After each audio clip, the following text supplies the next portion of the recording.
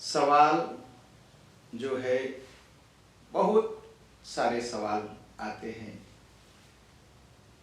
और उन सारे सवालों का जवाब ज़्यादातर तो प्रीफे ही होते हैं कि हमारे परिवार में ऐसा है, हमसे ऐसा है।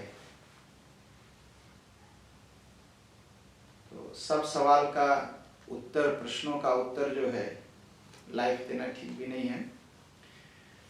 लेकिन जो सवाल है, किसी ने बहुत अच्छा सवाल किया है कि जब माँ बाप गुजरते हैं तो पितृ होते हैं और पितृलोक को जाते हैं, और जब कोई माँ बाप के रहते कोई पुत्र गुजरता है तो वह क्या होता है, वो किस लोक को जाता है। तो जो बात है कि जो भी शरीर छोड़ता है वह पितृलोक को ही जाता है और उसकी गिनती पितृ में ही होती है। दूसरी बात, जो प्रेत और पितृ में क्या फर्क है। प्रेत कहा जाता है जब किसी ने शरीर छोड़ दिया, शरीर छोड़ दिया और अभी उसका पिंडदान नहीं हुआ, छमासी नहीं हुई और बरसी नहीं हुई, तो अभी तक वह प्रेत रहेगा। बरसी के बाद जब वह पितृलोक में पहुंच जाता है तो उसे पितृ कहा जाता है। जब पितृ सम्मिलन हो जाता है तब भी पितृलोक का पितृ कहे जाने लगते हैं, या पितृलोक को पहुंच जाते हैं तब भी पितृ कहे जाते हैं। तो कभी कभी लोग डरते हैं, कहते हैं भूत प्रेत हो गए। नहीं, भूत दूसरी बात है, प्रेत दूसरी बात है। प्रेत क्या होता है, इस शरीर से निकल गया, अभी पितृलोक को नहीं पहुंचा और अभी शरीर नहीं मिली, तो उसे प्रेत कहते हैं। और जो लोग शरीर छोड़ने वाले को भूत मानते हैं ना, तो लोग क्या कहते हैं कि भैया मरनी में हनुमान चालीसा नहीं पढ़नी चाहिए। यह भी एक सवाल था कि मरनी में हनुमान चालीसा पढ़ना चाहिए या नहीं, खूब पढ़ना चाहिए। तो कहते हैं कि लिखा है कि भूत पिशाच निकट नहीं आवे, महावीर जब नाम सुनावे। यह भूतों को लिए लिखा है, प्रेतों के लिए नहीं लिखा है। प्रेत जो हमारे परिवार से जो शरीर छोड़ दिए, अभी पूर्वज नहीं हुए, अभी प्रेत है। और हनुमान चालीसा भूत को रोकता है, प्रेत को नहीं रोकता। प्रेत को हनुमान चालीसा सुनने से शांति मिलती है। इसलिए हनुमान चालीसा खूब जम करके पढ़िए, मरने के घर में कोई चिंता की बात नहीं, कोई चिंता की बात नहीं। तो कल तक हम लोग सुने एक प्रसंग से थोड़ा आगे भी हम थे, 7वें अध्याय में हम पहुंच चुके थे। तो आप सुने कि जब गरुड़ महाराज सुनते हैं भगवान विष्णु की बात, तो वो जैसे पीपल का पत्ता कांपता है तो गरुड़ महाराज कांपने लगते हैं कि बाप रे बाप, ये पाप करेंगे तो ये मिलेगा, ये पाप करेंगे तो ये मिलेगा, ये पाप करेंगे तो ये मिलेगा। तो जीवन में तो पाप होता ही है, कुछ न कुछ तो पाप हो ही जाता है। कभी हम बिना अनायास झूठ बोल देते हैं, कभी हम रास्ते चलते हुए कोई हमसे दब के मर जाता है, कभी हम किसी को कार से धक्के से लग के मर जाता है, कभी हम कितने जानवर हमारे पैरों के नीचे कुचल के मर जाते हैं। तो क्या जब पाप सबसे हुआ तो क्या सभी नरक जाएंगे? तो वो कांपने लगे। तो इसका मतलब कोई स्वर्ग नहीं जाएगा। कथा पढ़ करके सुन करके तो यही लगता है। तो वो भगवान 7वें अध्याय में वो भगवान विष्णु से प्रश्न करते हैं, कृत्वा पापानि मनुजा प्रमादात् बुद्धितोऽपि वा न यान्ति यातनायाम्या केनोपायेन कथ्यताम्। पूछते हैं कि भगवान, हे स्वामी, हे भगवान, आप बताइए किस उपाय से जो प्रमाद बस, भूल बस जो पाप हो गया है, और जो जान करके अब तो पाप हो गया। हमको भी सुनने और कहने में लगता है कि कोई न कोई पाप तो हमसे हो गया है, और जो पाप हो चुका है अब उस पाप से मुक्ति का क्या फल है। कैसे हम उन पापों से मुक्त हो सकते हैं। अब तो आपके भी मन में सवाल आता होगा और हमारे भी मन में सवाल है। तो आइए गरुड़ पुराण में देखते हैं। तो यही पूछते हैं गरुड़ जी कि कैसे, अब तो पाप हो गया, अभी तक तो गरुड़ पुराण नहीं सुने थे कि इस पाप का फल क्या होगा, उस पाप का फल क्या होगा। तो अब तो गरुड़ पुराण सुन लिए, तब पाप करने का फल तो मिल गया, लेकिन पाप से मुक्ति कैसे मिलेगी, इसके लिए सवाल करते हैं गरुड़ जी हम लोगों के लिए। कहा भगवान, संसार में जो लोग पैदा होते हैं गलती से, कभी जानबूझ करके, कभी भूल करके, कभी प्रमाद बस पाप हमसे हो जाते हैं और अनेक प्रकार के लोग दूषित मन से पाप कर बैठते हैं।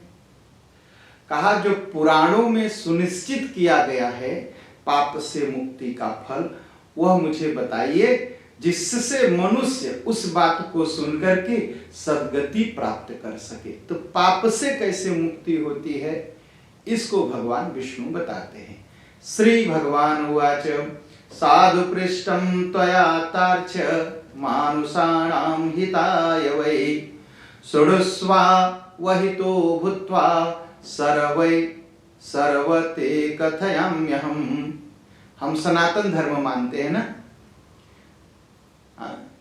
सनातन धर्म मात्र सनातन धर्म ही एक ऐसा धर्म है जो पाप होने के बाद मुक्ति का रास्ता बताता है। जो अन्य जिसे रिलीजन या मजहब कहते हैं ना, वहां पाप से मुक्ति नहीं है। वहां आपने पाप किया तो आपको पाप भोगना पड़ेगा। तो जब कयामत के दिन आएगी, जब भगवान या अल्लाह बैठेंगे तो क्या करेंगे, तुमने पाप किया नरक जाओ, तुमने स्वर्ग अच्छा किया स्वर्ग जाओ, यही कहेंगे। लेकिन सनातन धर्म कहता है अगर पाप हो गया तो पाप से मुक्ति का रास्ता है। और रास्ता कौन कौन से है वो भगवान विष्णु कहते हैं कि गरुड़ जी सुनिए, मनुष्य की भलाई के लिए, आप लोग भी सावधान होकर के सुनिए, मनुष्य की भलाई के लिए बहुत अच्छी बात आपने पूछी है और सावधान होकर के सुनिए, मैं कहता हूं। भगवान कहते हैं कि दुर्गति कथितं पूर्वं पुत्राणां च पापिनां पुत्रिणा धार्मिकाणां तू न कदाचित खगेश्वर। कहा ये जो सारे पापों का वर्णन मैंने किया और पाप से उत्पन्न होने वाले कष्ट और बीमारी और दुख को मैंने बताया। कहा यह उन्हीं को भोगना पड़ता है जिनके पास पुत्र नहीं है। जिनके पास पुत्र है उनका पाप कट सकता है। कहा कैसे कट सकता है, कहा पुत्र तो हो, लेकिन अगर पुत्र पापी हो तो, अगर पुत्र हो और पुत्र पापी हो तो हम सबके किए गए पुण्य को भी नष्ट कर देगा, हमारे पितरों को भी स्वर्ग से नरक में डाल देगा। लेकिन अगर पुत्र हो और पुत्र धार्मिक हो तो हमारे भी किए गए पापों को काट देगा और पितृ लोगों को किए गए पापों को काट करके सबको दुर्गति से बचा लेगा। देखिए, पुत्र की तो कामना करिए, लेकिन एक इच्छा और रखिए कि पुत्र धार्मिक हो, धर्म पर चलने वाला हो, वो धर्म पर चले, पुत्र हो और धार्मिक हो। अगर पुत्र अधार्मिक हो गया, पापी हो गया, तो समझिए कि हमारे किए गए पुण्य को भी खत्म कर देगा। अगर धर्म पर चलने वाला होगा तो हमारे किए गए पाप को खत्म करेगा और हम सबको मुक्ति दिलाएगा। इसलिए पुत्र को धर्म सिखाना चाहिए, अहंकार नहीं सिखाना चाहिए। कुछ लोग सिखाते ना, यह हुफ नित फुत आन राकर। अरे ये सब सिखाने वाले जो बड़े बड़े रामायण गीता महाभारत पढ़ते हैं ना, वो सिखाते हैं अपने बच्चों को कि नहीं, पैर नहीं छूना चाहिए, दूर से नमस्कार कर लो। ब्राह्मण आए, माता पिता आए, गुरु आए, संत आए, महात्मा आए, अपने से बड़ा कोई आए तो बच्चों को सिखाइए कि प्रणाम करिए। और कैसे प्रणाम करिए? सीधे पैर छू करके प्रणाम करिए। ये मत सिखाइए कि नमस्कार दूर से। पैर छूने से वो बच्चा झुकना सीखेगा, और झुकना सीखेगा तो आपके सामने भी झुकेगा, और जब हमारे आपके सामने झुकेगा तो धार्मिक हो जाएगा बड़े लोगों के आशीर्वाद से। और जब वह धार्मिक होगा तो हमारा आपका पिंडदान करेगा, और उस पिंडदान से हमारे आपके किए गए पाप समाप्त हो जाएंगे। इसलिए पुत्र हो और धार्मिक हो, तो जिसका पुत्र धार्मिक होता उसकी दुर्गति नहीं होती। और कहते हैं भगवान, अगर हो सकता है कि हम सबके पूर्वजनित कर्मों के कारण, पिछले जन्मों के कारण पुत्र उत्पत्ति में बाधा हो, तो क्या करना चाहिए? अगर पुत्र संतान न हो, पुत्र और पुत्री न हो, तो क्या करना चाहिए? हरिवंश पुराण की कथा सुननी चाहिए। और आज क्या करते हैं लोग? हरिवंश पुराण की कथा नहीं सुनेंगे, तमाम भूत प्रेत दिखाना शुरू करेंगे। क्या करना चाहिए? हरिवंश पुराण की कथा सुननी चाहिए, भूत प्रेत के चक्कर में नहीं फंसना चाहिए। और फिर क्या करते हैं ओझा सोखा लोग, उसने कर दिया, उसने कर दिया, उसने कर दिया, उसने कर दिया, फिर परिवार में झगड़े होते हैं। सीधी सी बात है, अगर पुत्र और पुत्री न हो, संतान न हो, तो हरिवंश पुराण की कथा सुनिए। हरिवंश पुराण की कथा नहीं सुन सकते तो सत्यनारायण व्रत की कथा सुनिए। कहा वो भी नहीं कर सकते तो विधान पूर्वक सतचंडी का पाठ करिए। अभी नवरात्रि आ रही ना, और नवरात्रि में जो है वृंदावन से संत जी आ रहे हैं, हम सबको 9 दिन कथा सुनाएंगे। और इस मंदिर में यहाँ पर हम विधिवत आप सबके साथ मिलकर के चंडी पाठ करेंगे। तो चंडी पाठ के लिए जरूर आइए। तो इस मंदिर में चंडी पाठ भी होगा नवरात्रि में। और गरुड़ पुराण क्या कहते? अगर पुत्र न हो तो चंडी पाठ कराइए, सतचंडी यज्ञ करिए। कहा सतचंडी यज्ञ नहीं कर सकते तो भक्ति पूर्वक हमारे शंकर भगवान की आराधना करिए। अगर शंकर भगवान की आराधना करेंगे, चंडी पाठ करेंगे और हरिवंश पुराण की कथा सुनेंगे, तो विद्वान और धार्मिक पुत्र पैदा होगा।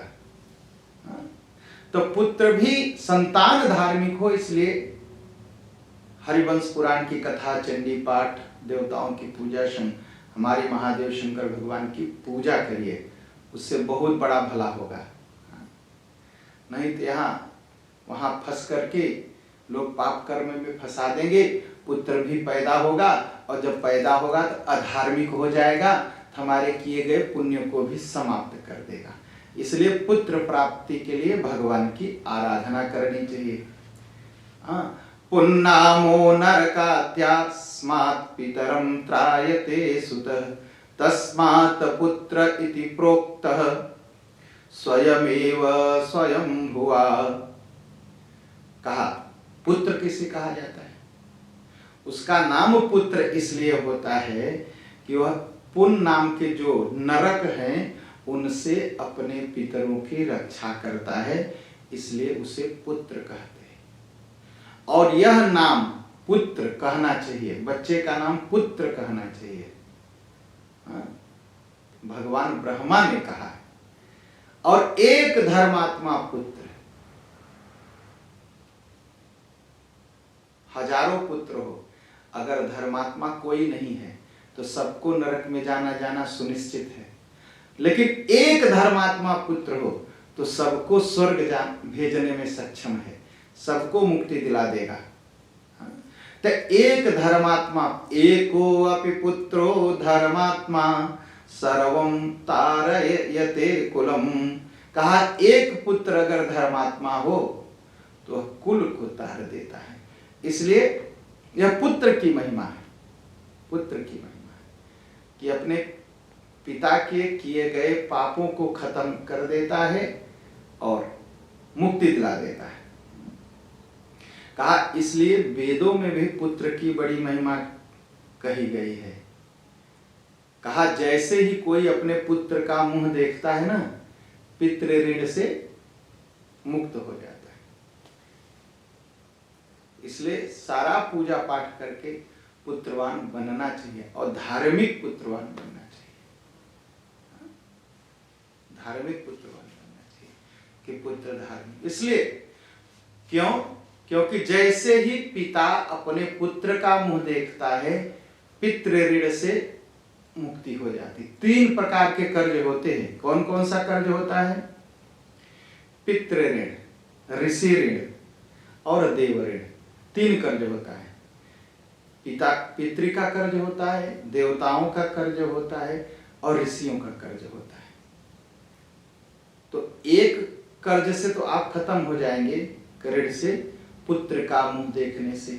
और पुत्र के पुत्र को अगर गोद में लेंगे तो किससे मुक्त होंगे? देव ऋण से मुक्ति मिल जाएगी, ऋषि ऋण से मुक्ति मिल जाएगी और पितृ ऋण से भी मुक्ति मिल जाएगी। तीनों कर्जे से मुक्ति मिल जाएगी। इसलिए धार्मिक आधार से पुत्र और संतान को पैदा करना चाहिए।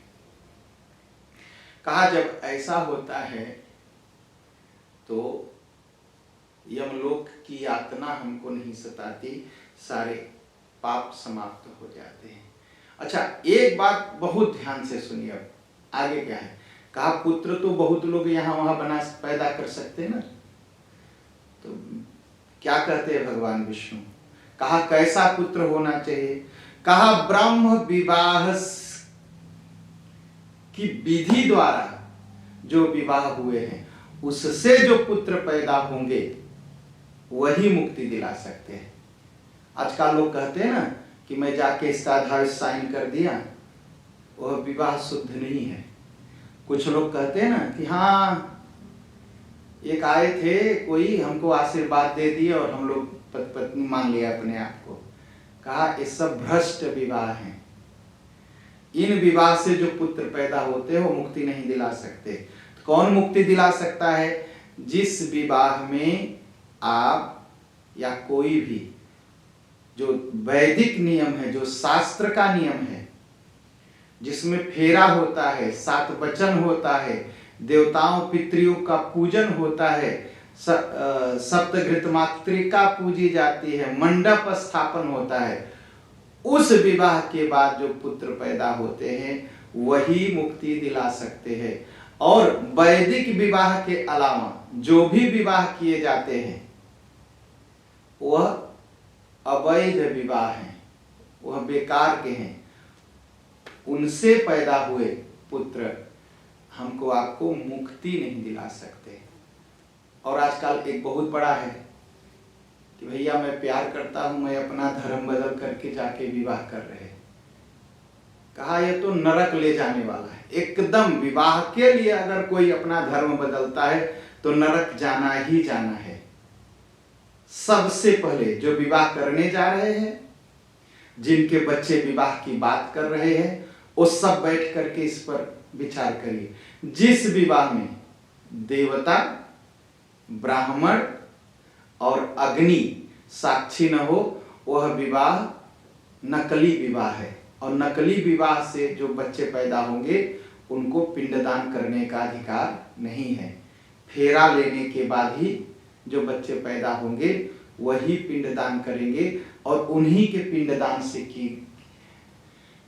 से पाप समाप्त होंगे पिता के, और उन्हीं के दिए गए पिंडदान से तृप्ति होगी और उन्हीं के दिए गए पिंडदान से पितृलोक सुखी होंगे। तो इसलिए पूरी तरह ख्याल रखिए, बिना मतलब के पाखंड में मत फंसिए। जो हमारा हिंदुस्तानी का जो विवाह के नियम बनाए गए हैं बहुत सोच करके बनाए गए हैं। हाँ, समझ में नहीं आता तो एक बार पंडित जी से पूछ लीजिए, ये मटकोरवा क्या है, ये मारो गाड़ना क्या है, हल्दी क्यों होता है, ये परछन क्यों होती है। मूर्खता मत करिए, पूरी तरह से पता करिए क्या होता है और उसका पूरी तरह से पालन करिए, तो ही हम आप अपने माँ बाप को सुख दे पाएंगे। और जिनके बच्चे विवाह करने जा रहे हैं अपने बच्चों को समझाइए, नियम से विवाह करोगे हिंदू धर्म के अनुसार, तो ही तुम हमारे आपका पिंडदान कर पाओगे। तो इस तरह, तो जो ब्राह्म विवाह विधि से विवाह की जाती है, उसी विवाह से पितरों को शांति मिलती है और मुक्ति मिलती है। इसलिए पूरी तरह से बिना फेरा के विवाह अवैध है। इसलिए जरूर फेरा करना चाहिए। कहा अच्छा, जिसके पुत्र ही न हो उसकी मुक्ति कैसे मिलेगी, उसका पिंडदान कैसे? कि भगवान आप तो कह रहे हैं कि जिसका पिंडदान नहीं होगा उसको मुक्ति नहीं मिलेगी, जिसको कोई न हो उसको मुक्ति कैसे मिलेगी, उसके पापों की समाप्ति कैसे होगी? तो भगवान विष्णु कहते हैं कि दूसरे के द्वारा दिए गए श्राद्ध से भी प्रेत स्वर्ग को जाता है। मान लीजिए हमारे आपको कोई पुत्र और पुत्री न हो, कोई बाहर का भी व्यक्ति अगर पिंडदान कर दे तो उसको मुक्ति मिल जाती है, मरे हुए व्यक्ति को। तो पूरी तरह कोशिश करिए, परिवार के लिए लोग भी कोशिश करें कि आपके परिवार में, आपकी जानकारी में अगर किसी का पिंडदान नहीं हुआ तो कोशिश करके उसका पिंडदान कराइए, जिससे वह व्यक्ति आगे जा सके और प्रेतत्व से उसे मुक्ति मिल सके। तो ध्यान से सुनिए, भगवान विष्णु एक कथा सुनाते हैं। अब कथा में कथा सुनिए।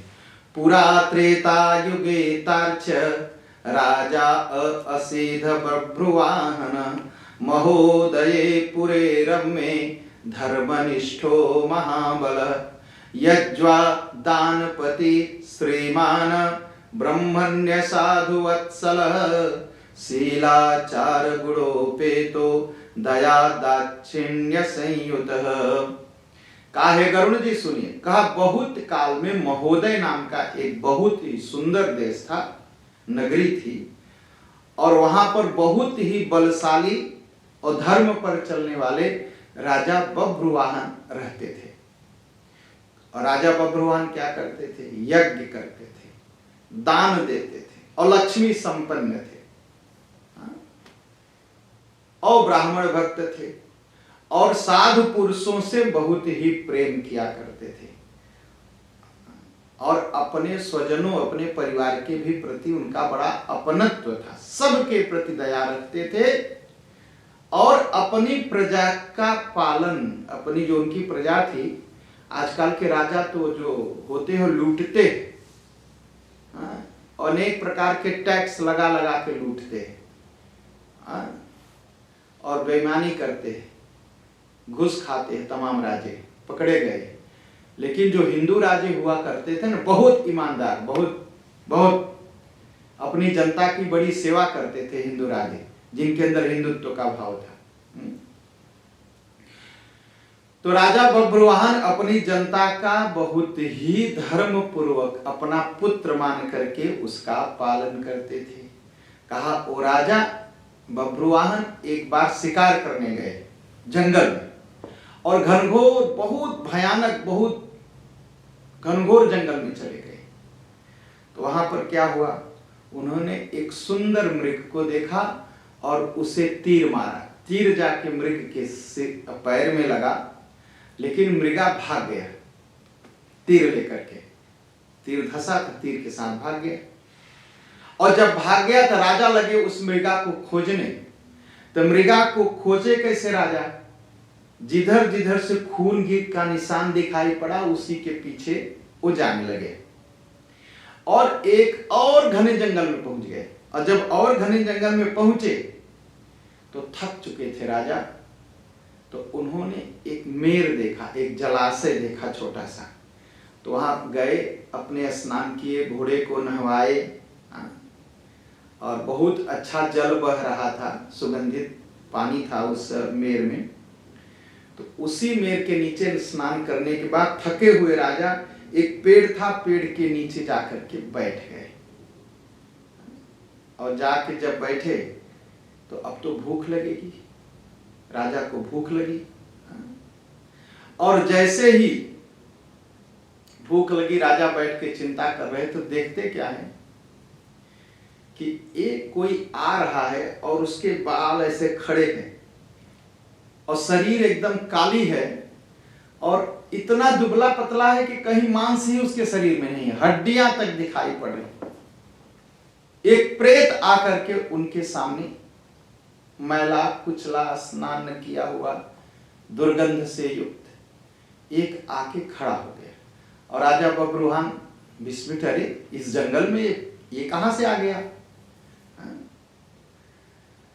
और राजा को देख करके वह प्रेत भी चकित हो गया और जब चकित हुआ तो राजा के पास आया और पूछा कि मैंने आपका दर्शन किया, प्रेत की आदत है दूसरों को सताना, लेकिन मैंने जैसे ही आपका दर्शन किया मेरे अंदर जो प्रेत का भाव था वह खत्म हो गया राजा, मैं प्रेत भाव से छूट गया।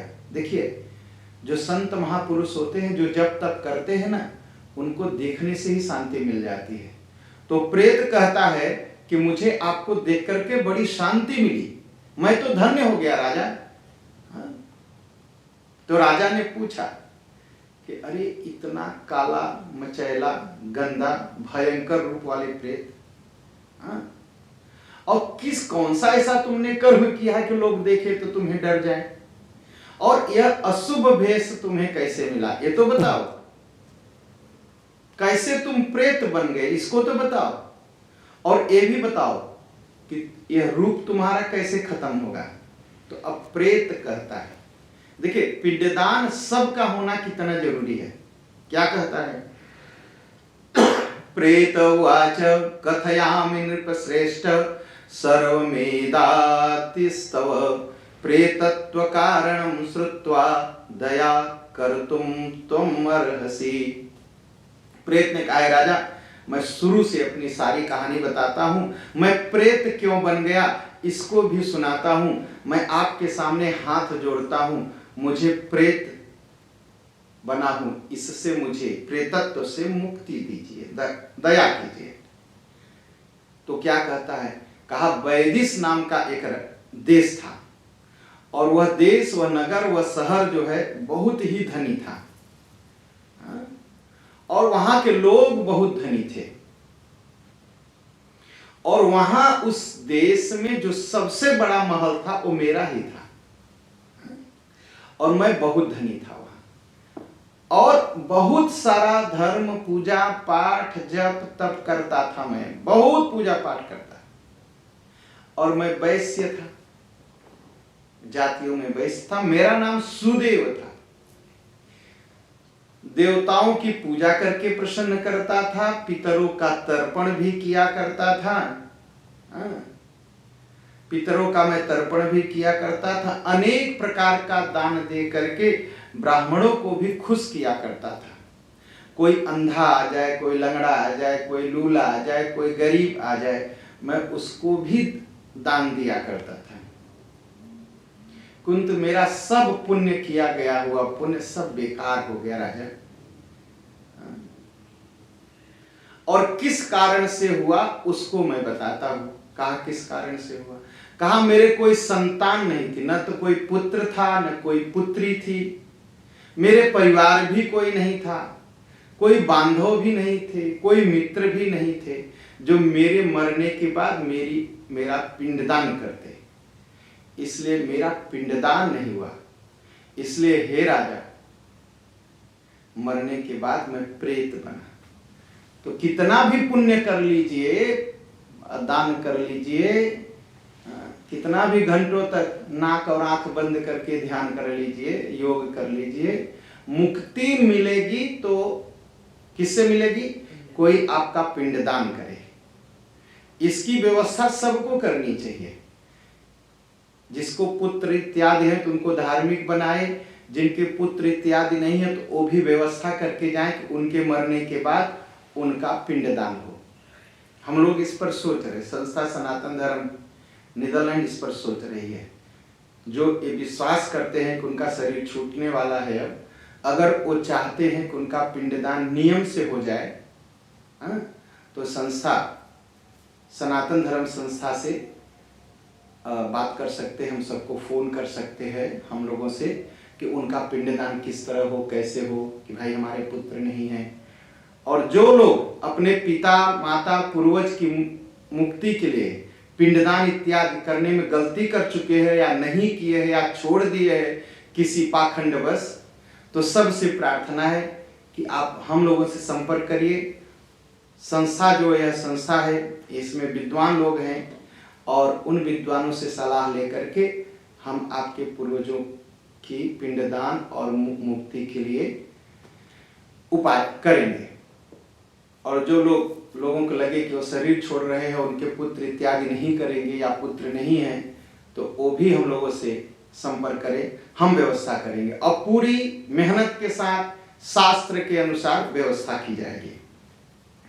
तो प्रेत कहता है, सुदेव का प्रेत कहा, मैं बहुत धार्मिक था, बड़ा दान करता था, लेकिन मरने के बाद मेरा जो है पिंडदान नहीं हुआ, इस नाते मैं अभी प्रेत बन करके भटक रहा हूं और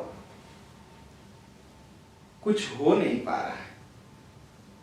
तो आप अगर कुछ कर सकते हैं महाराज तो आप करिए। हे महाराज, मेरा पिंडदान करा दीजिए जिससे मेरा उद्धार हो जाए।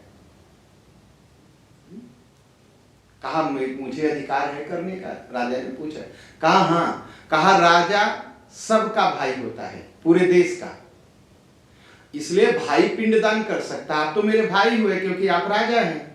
राजा सभी वर्णों का बंधु होता है।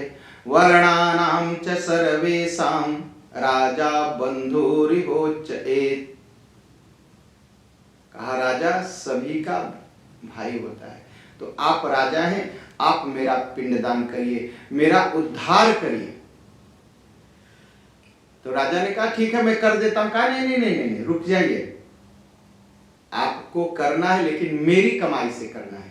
पिंडदान कभी भी दूसरे के पैसे से मत करिए।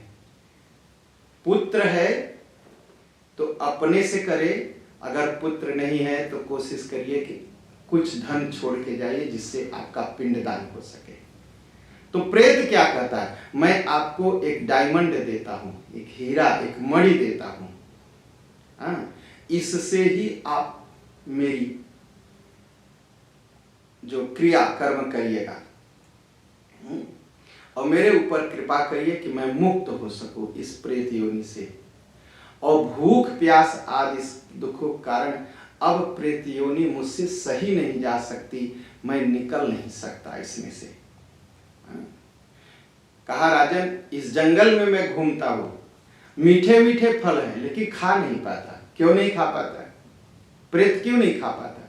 प्रेत इसलिए नहीं खा पाता कि उसके मुंह में जो एक गली नली होती है ना, सुई से भी पतली होती है, इसमें कुछ जाता ही नहीं, कुछ नहीं जाता। कहा सुंदर सुंदर मीठे मीठे फल दिखाई पड़ते हैं लेकिन मैं भूख प्यास से तड़पता हूं, न तो मर सकता हूं, न तो खा सकता हूं, न जी सकता हूं, न तो जल पी सकता हूं, न फल की प्राप्ति होती है। तो एक काम करिए महाराज, मेरे लिए, मेरी मुक्ति के लिए आप नारायण बलि करिए। जिसका पिंडदान न हुआ हो उसके लिए नारायण बलि कराना चाहिए। और कहे नारायण बलि होगी कैसे? कहा नारायण बलि के लिए आप ऐसा करिए, आप अपने जो आपके घर के पंडित जी हो, पुजारी जी हो, आप उनसे संपर्क करिए नारायण बलि कैसे होती है। तो जिनका पिंडदान न हुआ हो तो उनके लिए, अगर छूट गया है तो उनके लिए नारायण बलि करानी चाहिए, वो बहुत जरूरी है नारायण बलि। यह आप अपने विद्वान पंडितों से पूछ सकते हैं। कहा वेद मंत्रों द्वारा, देखिए दुनिया भर के पाखंड करने से नहीं होगा, वेद का जो मंत्र है उस मंत्र से ही मेरी जो है क्रिया की जाए, जिससे मेरा यह प्रेत की जो शरीर है यह समाप्त हो जाए। और इसमें कोई संशय नहीं महाराज, अगर आप करेंगे तो समाप्त हो जाएगा। मैंने सुना है, वह प्रेत कहता है कि मैंने सुना है। कहे क्या सुना है? कहा वेद के मंत्र से, तप से, दान से, प्राणियों पर दया से, अच्छे शास्त्र को सुनने से, भगवान की विष्णु की पूजा करने से, सज्जनों की सत्संगति से प्रेत योनि से लोग मुक्त हो जाते हैं। क्या क्या जरूरी है? एक तो वेद का मंत्र हो और तप हो, और दान देने से प्रेत योनि से मुक्ति मिल सकती है। जीवों पर दया करने से प्रेत से मुक्ति मिल सकती है। अच्छे शास्त्रों का श्रवण करना चाहिए, रामायण का, गीता का, महाभारत का, इन सबको सुनना चाहिए। अब क्या करते हैं लोग? रुदल ब्लाक पढ़ करके कहते बड़ा आराम मिला। रुदल ब्लाक पढ़ने से मुक्ति नहीं, नरक का रास्ता है रुदल ब्लाक, मत पढ़िए। स्वर्ग का रास्ता क्या है? शास्त्रों को सुनिए, शास्त्र सुनिए, शास्त्र को पढ़िए। हम दुनिया भर यहाँ वहाँ हाथ जोड़ते घूमते हैं ना, कभी इस मिनिस्टर के आगे, कभी उस मिनिस्टर के आगे, कभी बीवी के आगे तो कभी पति के आगे। ठीक है, सबका सम्मान करिए, लेकिन पूजन भगवान विष्णु का करिए। पाखंड में मत पड़िए। तमाम लोग घूमते हैं, ये कर लो, वो कर लो, ऐसा कर लो, मुक्ति मिल जाएगी। तमाम पाखंडी आते रहते, कहते हैं न नरक है न स्वर्ग है।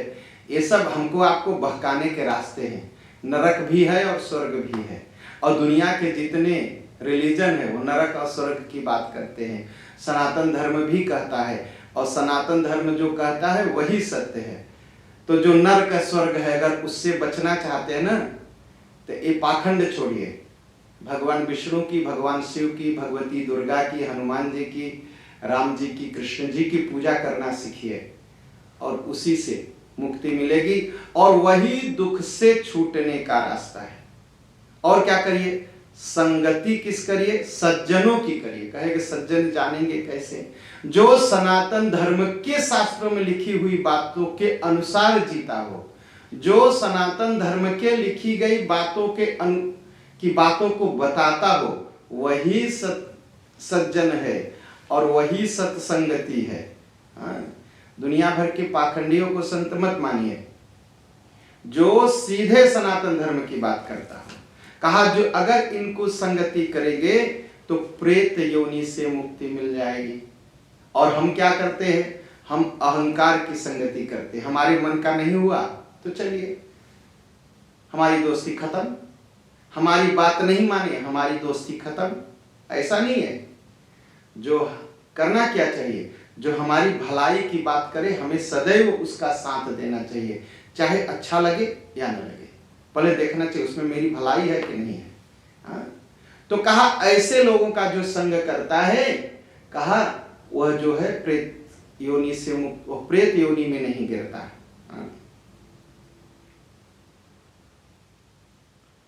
तो अब देखिए वह प्रेत कैसा है? राजा को पूजन की विधि भी बताता है।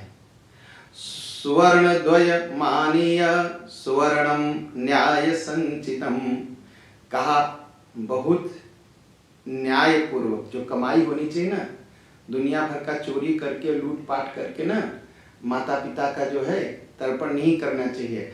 अपनी मेहनत की कमाई से किए गए, पाए गए धन से, रुपए से, पैसे से तर्पण करना चाहिए और पिंडदान करना चाहिए। कहा न्यायोपार्जित, कहा न्याय संचितम, कहा न्याय के द्वारा, अन्याय पूर्वक नहीं, न्याय पूर्वक जो धन हो उसको लगाते हुए भगवान विष्णु की सोने की मूर्ति बनानी चाहिए।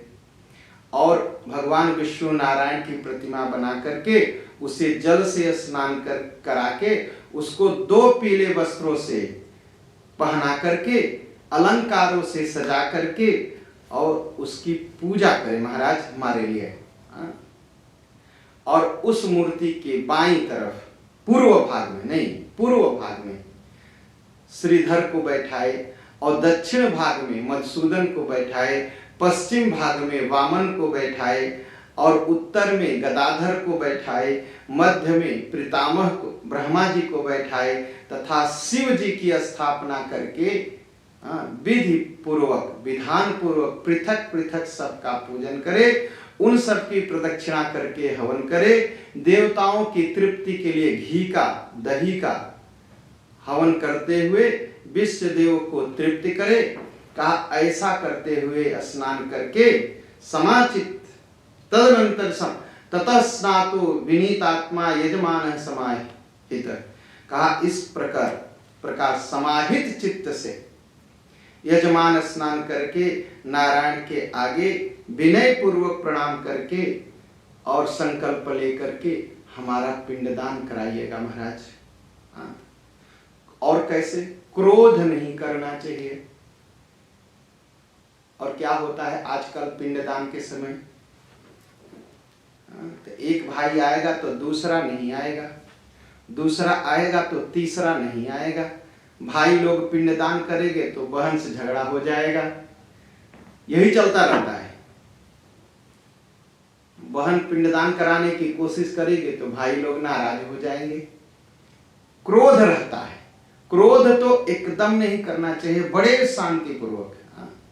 क्रोध और लोभ छोड़ करके श्राद्ध शास्त्र विधि के अनुसार श्राद्ध करना चाहिए और वृषोत्सर्ग करना चाहिए। वृषोत्सर्ग हालैंड में कैसे करेंगे, क्या होगा, ये भी जो है अपने घर के पंडित जी से आप पूछ लीजिए।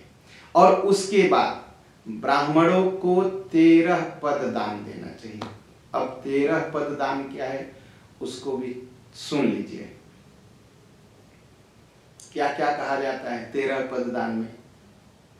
छत्र देना चाहिए, जूता देना चाहिए, अंगूठी देना चाहिए, कमंडल देना चाहिए, पंचपात्र देना चाहिए, ताम्रप्रत देना चाहिए, कच्चा अन्न देना चाहिए, भोजन चाहिए देना चाहिए, घृत देना चाहिए, जनेऊ देना चाहिए। अच्छा, ये तो लिस्ट लंबी हो गई, लेकिन हर समय सोचिए यथाशक्ति दान देना चाहिए। अगर ये सब नहीं कर सकते, ईमानदारी मेहनत से कुछ भी आप किसी भी मंदिर में इन 13 पद दान हेतु दान कर दीजिए। कहा ऐसा करने से और मुक्ति दिलाने वाले प्रेत का एक घट बनाना चाहिए, कलश बनाना चाहिए। और ऐसा करने से प्रेतत्व की मुक्ति हो जाती है, प्रेत की मुक्ति होती है। प्रेत ने कहा कथयम प्रेत घटम कुर, राजा ने कहा कथयम प्रेत घटम कुरयात दध्यात ते केन विधानतः। राजा ने कहा हे प्रेत किस विधान से, देखिए प्रेत से पूछे, कहा किस विधान से प्रेत घट का निर्माण होता है और किस विधान से उसका दान करना चाहिए, यह सब हमें बताइए। तो प्रेत पूछता, कहता है प्रेत उवाच साधु पृष्ठम महाराज कथयामि निबोधते प्रेतत्वं न भवेद्येन दानेन सुदृढ़ेन च दानं प्रेतघटं नामं सर्वा अशुभ विनाशकं दुर्लभं सर्वलोकानां दुर्गति क्षयकारकं। प्रेत बोलता है महाराज आपने ठीक पूछा। कहा सुदृढ़ दान देने से प्रेतत्व नहीं होता, कहा दान देने से कोई प्रेत नहीं बनता और घट दान करने से कोई प्रेत नहीं बनता। उसको आप सुनिए। और प्रेत घट का दान करने से सभी अमंगल समाप्त हो जाते हैं, दुर्गति नष्ट हो जाती है। ब्रह्मा शिव तथा विष्णु सहित लोकपाल युक्त तपाए हुए, देखिए ब्रह्मा विष्णु शिव सबकी पूजा करनी है, घट के ऊपर कलश के ऊपर भक्ति पूर्वक प्रणाम करके ब्राह्मण को दान देना चाहिए। कहा ऐसा दान करने से कोई भी प्रेत की योनि से मुक्ति पा जाएगा। और क्या करना चाहिए, कहा वो जो कलश है, कलश में बीच में ब्रह्मा जी विष्णु जी तथा कल्याण करने अविनाशी शंकर भगवान की स्थापना करनी चाहिए। कलश के जो गला है कंठ में, उसमें लोकपाल को बैठाना चाहिए। कहा धूप दीप पुष्प चंदन आदि से उसकी पूजा करनी चाहिए। कहा ऐसे घट को ब्राह्मण को दान करना चाहिए। कहा ऐसा घट दान करने से महापातक का नाश हो जाता है और मुक्ति मिलती है। अब भगवान विष्णु बोलते हैं, एवं संजल्पतस्तस्य प्रेतेन सह काश्यप सेना अजगामान पदम हस्तस्वरथ संकुला। भगवान बोलते हैं कि हे गरुड़ जी, प्रेत से यह बात हो ही रही थी, तब तक राजा को खोजते खोजते उसी समय उनकी सेना आ गई। सेना आने के बाद राजा को वह जो डायमंड था, जो मणि थी, वह प्रेत दे करके वह चला गया, अदृश्य हो गया। सेना को देखते ही उस प्रेत ने वह मणि राजा के हाथ पर रख करके अदृश्य हो गया, चला गया। कहा इस तरह वन से निकल करके राजा जब अपने नगर को पहुंचा और प्रेत द्वारा बताए हुए विधान को उन्होंने किया और उसके पुण्य से वह प्रेत जो है मुक्त हो गया। तो कोई भी व्यक्ति हमारे आपके लिए पिंडदान करे, लेकिन पिंडदान की व्यवस्था हम आपको खुद करना चाहिए, अपनी कमाई से करना चाहिए। इसलिए मैं कहा, अगर किसी को भी ये शंका है कि उसका पिंडदान उसके शरीर छोड़ने के बाद कोई नहीं करेगा, तो आप सनातन धर्म नीदरलैंड संस्था, सनातन धर्म नीदरलैंड को फोन करिए, हम सबको फोन करिए। हम आपकी सहायता के लिए, सेवा के लिए तैयार हैं और संस्था के लोग इसमें पूरा विधान करेंगे और आप की मुक्ति के लिए श्राद्ध करेंगे, पिंडदान कराएंगे, घटदान कराएंगे, उसके लिए बात करिए। तो सबका, जिनके पुत्र हैं उनको, उन पुत्रों को तो अपने पिता की मुक्ति के लिए करना ही करना चाहिए। अगर नहीं करेंगे तो आप माने रहिए, जो अपने पिता का पिंडदान नहीं किया है तो उसका भी पिंडदान उसके बच्चे नहीं करेंगे। इसलिए किसी भी बच्चे के अंदर, किसी भी मनुष्य के अंदर पिंडदान के प्रति विरोध नहीं पैदा करना चाहिए। शास्त्र को पूरी तरह से समझना चाहिए और पिंडदान होना ही चाहिए, होना ही चाहिए। मुझे तो बड़ा अच्छा लगता है, आजकल भारत के लोग हालैंड में बहुत रहते हैं, वो बेचारे अपने माता पिता की मृत्यु की तिथि पर आते हैं और पिंडदान कराते हैं, तर्पण कराते हैं। मुझे देख देख के बड़ा अच्छा लगता है कि देखिए, भारत छोड़े हैं लेकिन परंपरा नहीं छोड़े, पूरी तरह पालन करते हैं।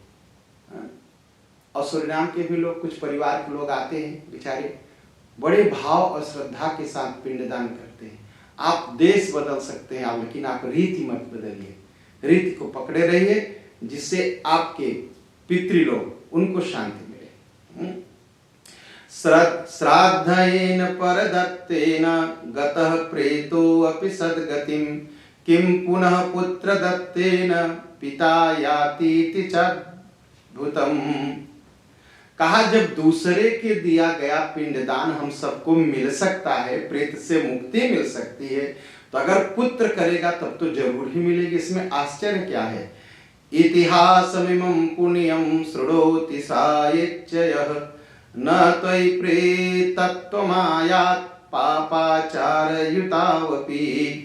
कहा, यह जो कथा भगवान विष्णु कहते हैं, इस जो पुण्यप्रद इतिहास को, इस कथा को जो सुनता है और जो सुनाता है, दोनों पाप से मुक्त होते हैं, उनको प्रेतत्व की प्राप्ति नहीं रहती, वो प्रेतत्व से मुक्ति हो जाती है।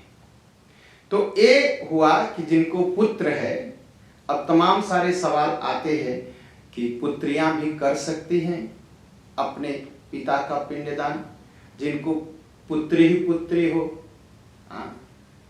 जिनको पुत्र न हो तो पुत्रियां कर सकती हैं। पहले देखिए, पहले पिंडदान बड़े पुत्र को करना चाहिए। अगर बड़ा पुत्र नहीं कर सकता तो सबसे छोटे वाले को करना चाहिए। छोटा वाला भी नहीं कर सकता तो अगर 3 पुत्र हैं तो बीच वाले में कोई भी कर सकता है पिंडदान। उसके बाद अगर मान लीजिए किसी के पुत्र न हो तो छोटा भाई पिंडदान करे। अगर छोटा भाई भी नहीं है, पिंडदान कर लिए, पुत्रियां ही पुत्रियां हैं, तो पुत्रियों के जो बच्चे हैं वो अपने नाना नानी के लिए पिंडदान कर सकते हैं। कहा अगर वो भी न हो तो आजकल तो भारत में शुरू हो गया, सब जगह हो रहा है और मेरे समझ से उचित भी है, पुत्रियां अपने पिता का पिंडदान कर सकती हैं। मैं बताऊं, भारत के प्राइम मिनिस्टर थे अभी गुजरे श्रीमान अटल बिहारी वाजपेयी, पंडित अटल बिहारी वाजपेयी, उनकी दत्तक पुत्री थी। दत्तक पुत्री ने सब कुछ किया अटल जी के लिए। ऐसे बहुत से प्रसंग हैं। तो निसंकोच एक चीज सोचिए कि बिना पिंडदान के कोई जीव न रह जाए। जो भी शरीर छोड़े सबका पिंडदान होना ही चाहिए, पूरे प्रयास के साथ, पूरे कोशिश के साथ। और फिर एक सवाल था, क्या पत्नी पिंडदान कर सकती है? एकदम कर सकती है। मैं आगे बोल चुका कि गरुड़ पुराण के 12वें अध्याय के 17 तक श्लोक के नीचे 71, 72, 73 इसके नीचे देखते जाइए तो भगवान विष्णु कहते हैं, जो स्त्री अपने पति का पिंडदान और श्राद्ध करती है, हे गरुड़ जी, मैं उसको सती मानता हूं, तो इसलिए वो भी पिंडदान कर सकती है।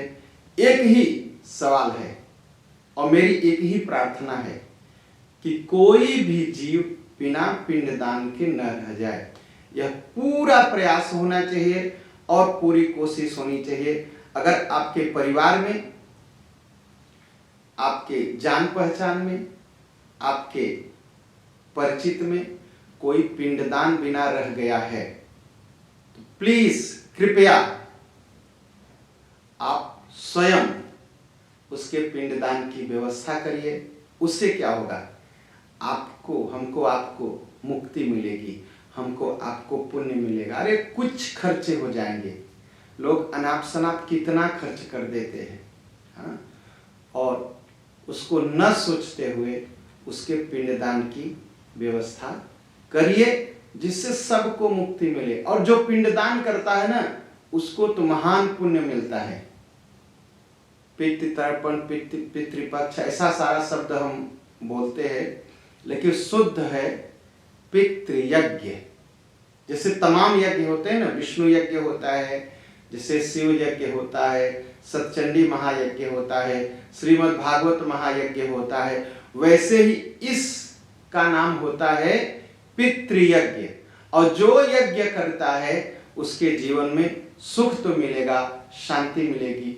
और सबको व्यवस्था करनी चाहिए, अपने आप की चिंता करनी चाहिए, जो भी हो, कि शरीर छोड़ने के बाद उसका पिंडदान हो। तो आप सबका मंगल हो। आप सब भगवत भक्त हैं, आप गरुड़ पुराण सुन रहे हैं, सुनते रहें। अभी कथा आगे चलेगी, 16 अध्याय की कथा है। अभी तो हम कहाँ पहुंचे हैं, अभी तो हम जो है आधे पर पहुंचे हैं। आपको हम कल से 8वां अध्याय सुनाएंगे, हाँ? तो अभी 16 अध्याय है।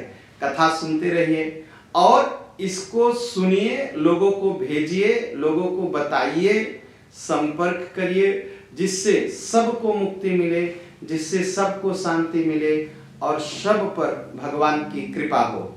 अब जो कल से कथा होगी कि जब कोई शरीर छोड़ने लगे तो किस तरह पिंडदान करना चाहिए, कोई शरीर छोड़ दिया है तो कैसे पिंडदान करना चाहिए, 10 गात्र क्यों करना चाहिए, छमासी क्यों करना चाहिए, वार्षिक श्राद्ध क्यों करना चाहिए। कुछ लोग कहते हैं एक बार में सब करके जान छुड़ा लो, जान छूटती है। अगर आप अपने माता पिता का श्राद्ध नहीं करेंगे तो वो पैसे आप अनाप शनाप पाप में खर्च हो जाएगा। भैया ईमानदारी मुझसे मत कहिए कि नहीं मैं पाप में नहीं खर्च करूंगा। मैं जानता हूँ बाप की मेहनत से कमाई गई लोग शराब में उड़ा देते हैं, लेकिन बाप का पिंडदान नहीं करते। माँ बाप का दिया हुआ धन औरतों और पति और मर्द और फ्रेंड और फ्रेंडिन के पीछे बर्बाद कर देते हैं, लेकिन बाप के पिंडदान करते समय ड्रामा करते हैं, कहते नहीं मैं एक ही बार में कर दो, किसी तरह जान छुड़ा दो। ऐसा जान छूटने वाली नहीं है।